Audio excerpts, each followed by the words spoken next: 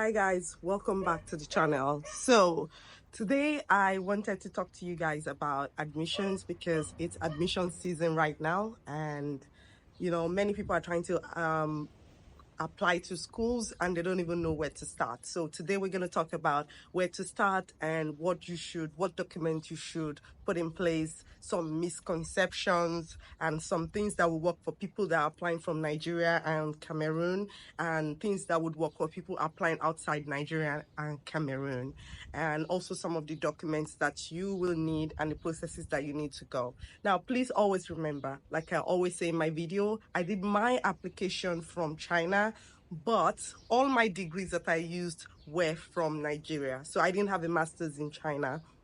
I had my master's in Nigeria. So let's start. So the first thing that you need to put together is you need to get your transcript scanned.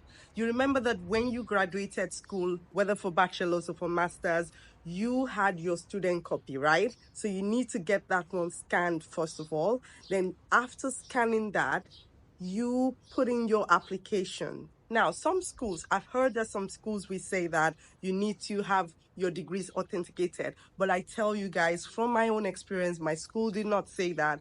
And for some people, I also asked somebody in the University of Mihu, and the person told me that for PhD, they use their scanned transcript copy. So not all schools. I've seen cases whereby the school said, oh, you need to submit the authenticated transcript. Yes, that is possible. There's a possibility. Not all schools. So for people that have also been in my DM asking me that, what should they do first? Do they need to do authentication before applying? I tell them this every time. I say, don't worry about this. Just go ahead, put in your application. And if they want something, they will always tell you. It's not like Nigeria that they will just discard it. They will always tell you. So you need to put that also into consideration. And also for people who school abroad, maybe you school in China, Korea. I've seen people talking to me from China, Korea, and some other schools abroad. Just get your transcripts, do the Hague Apostille. Probably your country is part of the Hague Apostille already, so it might not even be a problem for you getting the authentication. So if you're using a degree from outside Nigeria to apply, I'm not talking about Cameroon because I know that the Cameroonians also use the Portuguese embassy in Nigeria. So it might be a different ball game entirely. So after getting your transcript scanned, try some applications. If you don't want to waste application money, please send an email to the school. Ask them, do you need this to be authenticated? They will tell you what they really want. So don't be scared to send an email to the admission office. Look for the email there and send it to them. So after scanning that and you've put in some applications, or you decided not to put in applications, or you don't even have your transcript at all, please go to your school and get the transcript. You all know that this process is a hassle, right? I schooled in OAU and it was always a problem getting my transcript out. Always a problem. I remember that they have this online place where you can request for transcript. You will pay, it will never come. ETX Nigeria, you all know this. You will pay and it will never come. So that is why I'm saying that book it in advance. Start now. This is January. So in case there is ASU strike, in case there is NASU strike, you can still get your transcript. And also, I would say that you should go to the transcript office in your school. For people that are not in Nigeria right now, I know somebody is not in Nigeria and they have their degrees from Nigeria. Find a family member. Find somebody that you still know in the department to help you. You know Nigeria, that you need to know somebody to know somebody. It should not be like that, but it is like that. And there is nothing we can do about it. So I want you to go out there, get your transcript. When you get your transcript with your WAEC result, because I remember they asked for my WAEC result when I was going to the Ministry of Education. So I sent in my WAEC result. Because I was not in Nigeria, so I used somebody. I had somebody do it for me. I sent in my WAEC result. I sent in my transcripts, and it was the original one from the school. And also I sent in my degree certificate. I sent the original back home. So scanned it. No, they didn't scan it. They took it to the Ministry of Education. The Ministry of Education put their stamp on it. From there, they took it to the Ministry of Foreign Affairs, who also put stamp on it. And I must tell you, my certificate is filled with stamps, and I hate it so much because I will tell you the reason. And after doing that, we decided to go to so I took it to the embassy. And all this while, I had already applied to school. They already gave me admission. But somehow, I fell for the misconceptions online that you need the embassy to legalize your result before you can apply for visa. It is true for people coming from Nigeria, but if you're not applying for visa from Nigeria, it might not be the case. In my case, it was not the case. I wasted almost 6 to 8 months just waiting for them to authenticate it in Nigeria and in the Portuguese embassy in Nigeria. And it took long. And you know the way the people that help us in Nigeria does not have accountability. They were like, oh, we are working on it. If you ask them question, ma, don't ask me this question. We are working on it. We booked an appointment. We are doing this. People, you need to be on the case because it will be slow. To book an appointment will be so slow. So I want you to really step on this. But while you're stepping on it, I want you to also try it and apply to schools that will, take it without that. And some people will tell me, oh, please help me find schools. The schools are expensive. I don't know who is saying that Portugal is cheap. I don't know who is telling you that. I just saw a video now on Thread. The girl was teaching you guys how to apply to vocational schools in Portugal. She lives in the UAE. You should only, when you watch a video, watch it from those people that live in the country. You can go to their Instagram. From their Instagram, you find information about those that live in the country. So when you put in your application, there are three phases most times. There is phase one, in which some schools already started, and there is the second phase around maybe May or April, I'm not very sure, and there is the third phase that ends in July. So you still have enough time to get all those things sorted before the second and the third phase. Now, some people will say, I heard in a video, I think it was a mistake. So the person said the Ministry of Education and Ministry of Foreign Affairs authentication expires in 6 months. In my case, it did not. It expired in 3 months.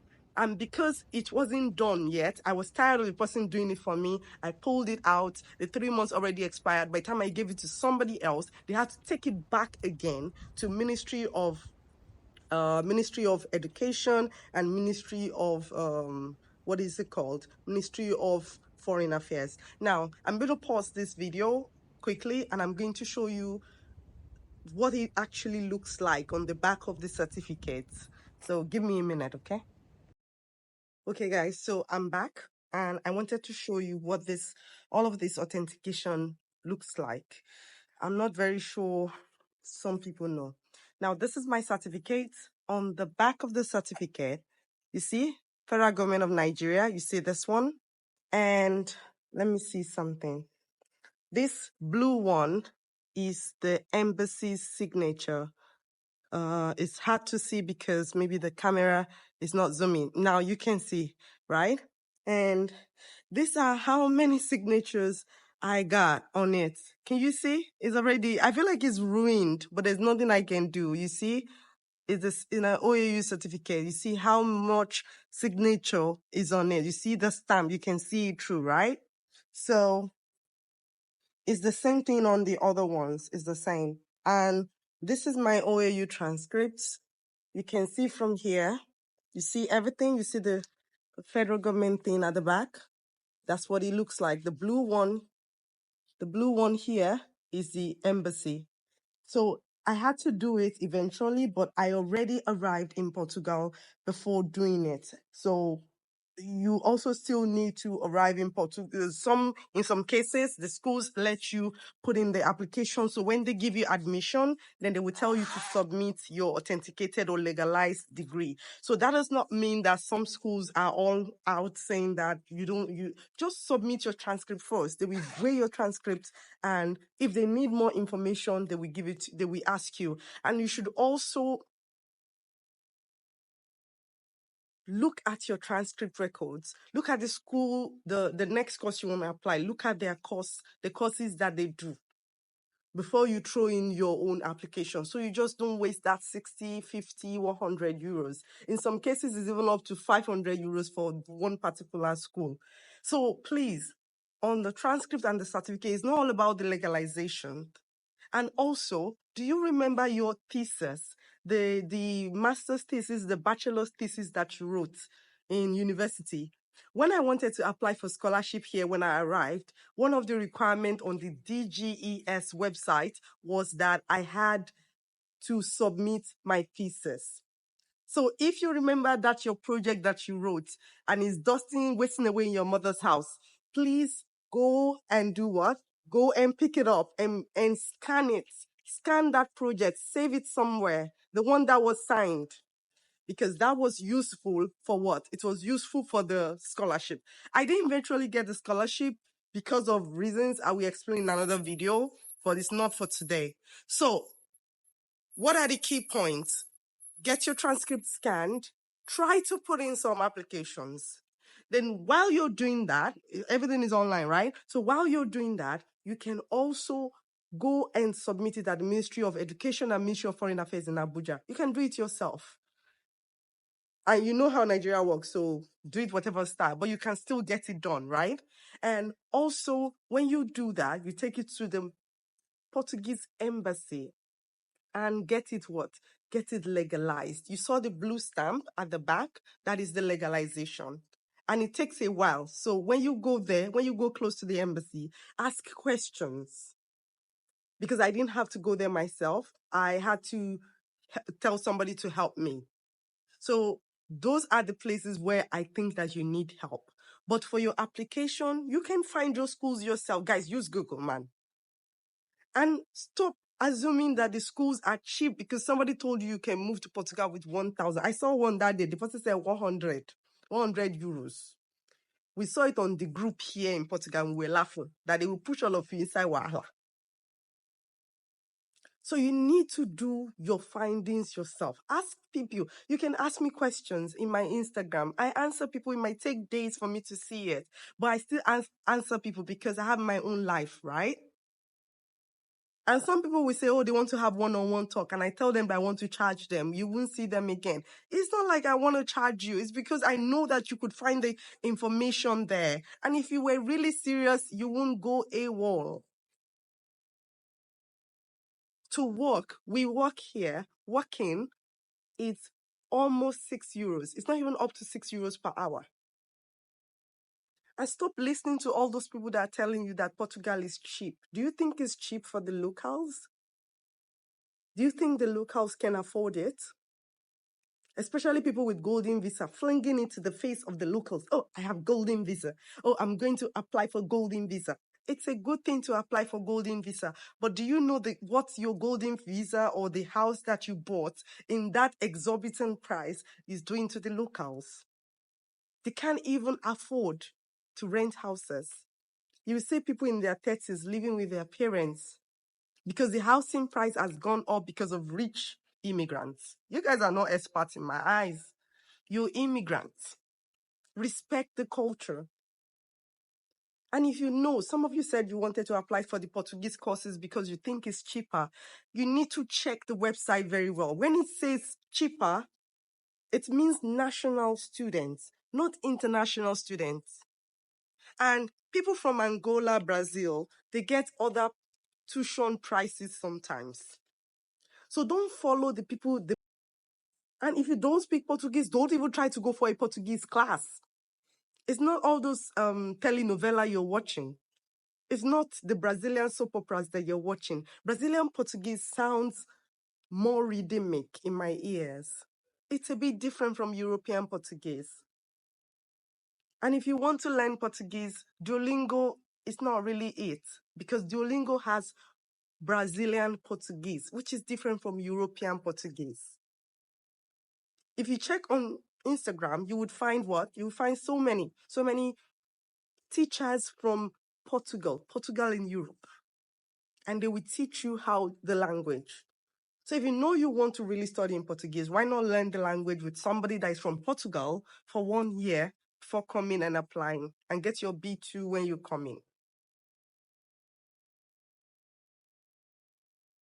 So start putting in your applications. Write that statement. Write it yourself. Give it to somebody to check. Because I have seen the downsides. I've seen the downsides. So you can still ask questions in my inbox. I still have my inbox, but I also made a Facebook group.